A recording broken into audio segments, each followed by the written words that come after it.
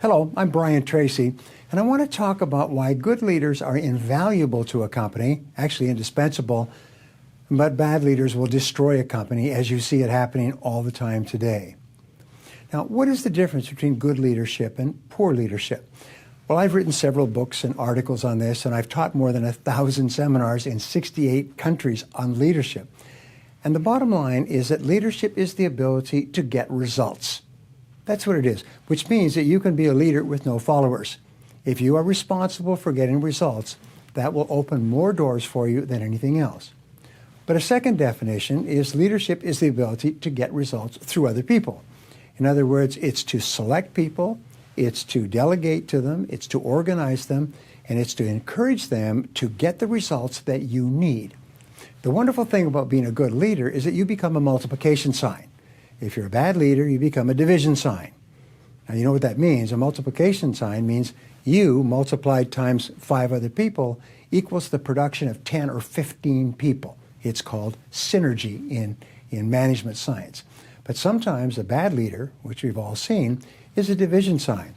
They take themselves and divided times through the other people, they actually reduce the overall performance of the group and get it down to a bare minimum. Sometimes just bringing in a new leader, a person who inspires and motivates people, can dramatically increase the productivity. Now, good leaders have special qualities. My 3 favorite qualities, which I talk about all the time now, have to do with thinking skills.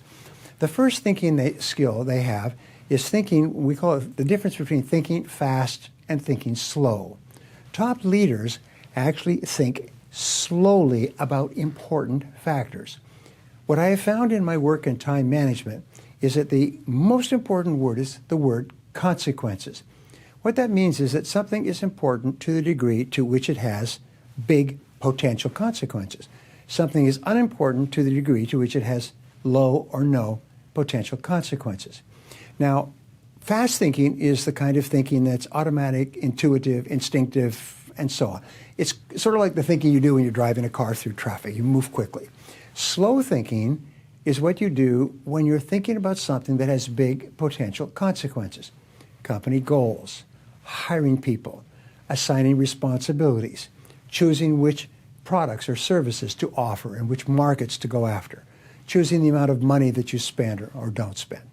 And so slow thinking is what great leaders do on important issues that have large potential consequences.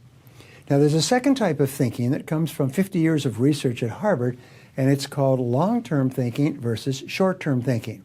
And what the research found was that there's a direct relationship between how much time you think long-term and how rapidly you move up socioeconomically in your life. I have worked with top leaders who started with nothing and built businesses worth hundreds of millions and even billions of dollars. When I spend time with them, I find whenever there's an important decision, they pull back and they say, well, let me think about this for a while. Some years ago, I had a mentor, and when I left him in a different country, he gave me a little booklet, which he said he had used as a guide all his life, and I still have it, and it's called Take Time Out for Mental Digestion. And what he said is that whenever it's possible, delay making an important decision.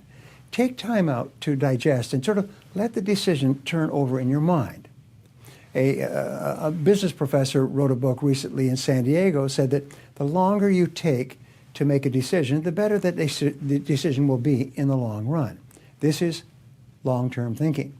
Now, in my seminars, I teach the importance of goals. If you have 5-year and 10-year goals, then what you do is you look at what you're doing today and you make sure that everything you're doing today is consistent with where you want to be in 5 or 10 years. This is one of the great skills. The final thinking skill is informed thinking versus uninformed thinking.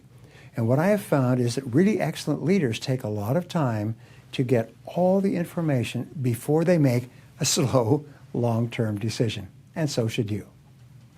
Well, thank you very much for watching. If you enjoyed this video, please subscribe to my channel by clicking on the button that appears on the screen, and we'll send you some more stuff.